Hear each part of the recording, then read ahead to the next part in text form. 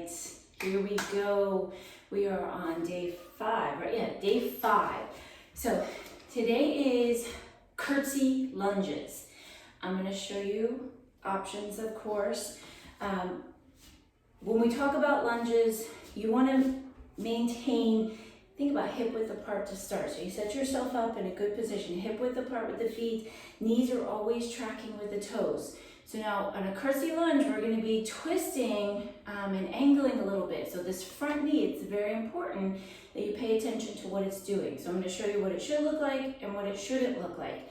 If you have a mirror around, do this in front of a mirror, at least a couple of them, or turn on your phone like I have it here so you can see yourself on the camera, and make sure you have good form because I don't want you to tweak a knee trying to do this.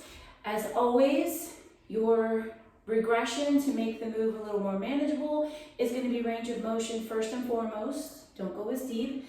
Secondly, you can add something for support. So a chair, a table, the door frame, something to hold on to help you go deeper without it being so much on the legs and the balance. Because there is a little bit of balance here, which is why this is such a great glute exercise. So when we talk about a lunge, first of all, your step back lunge would be stepping straight back here. So I want you to think about taking that exact thing here, but this back leg that steps back, we're going to shift it over across the midline of the body. So my front knee, my whole body is, my leg is angled a little bit, and that's okay, but my knee is going where my toe goes. And you want to make sure too that you don't step too shallow into it. You want to step back just like you would in a regular rear lunge, and you're going to drop that back knee straight down under the hips, front knee tracking with the toes, not up here. And we're also not doing this. I'm losing my balance here. I'm not twisting my hips open to the side. This is not a curtsy lunge. This is just a, recipe for hurting something. So hips stay forward. You step across the midline of the body, and it doesn't matter if you don't have to go like way, way, way out there.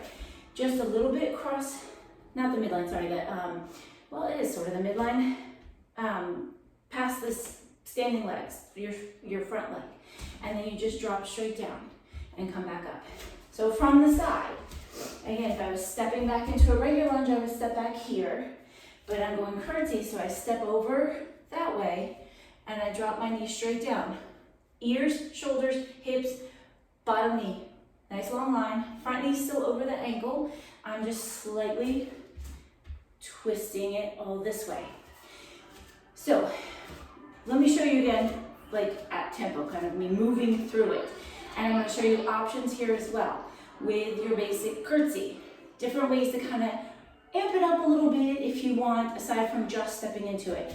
So you sink down in your curtsy and you come back up. I like to do this with my arms. Your hands could be here, they could be in prayer, whatever you need.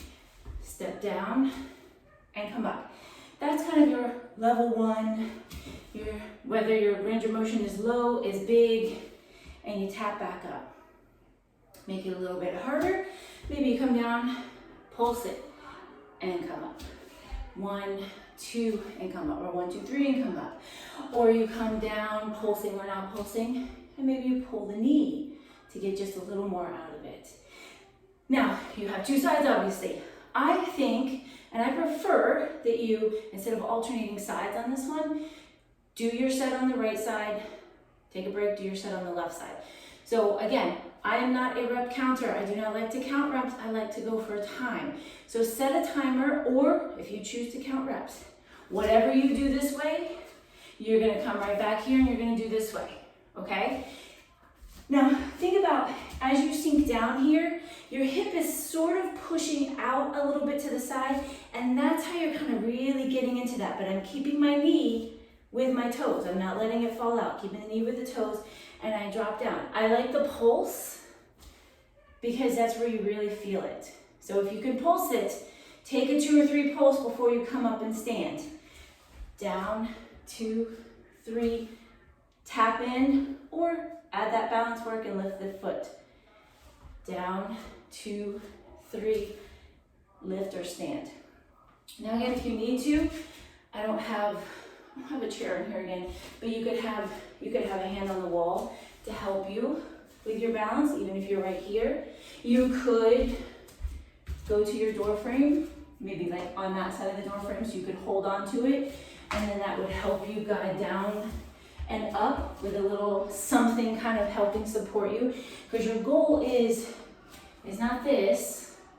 It's not like you're actually curtsying to somebody hinging over.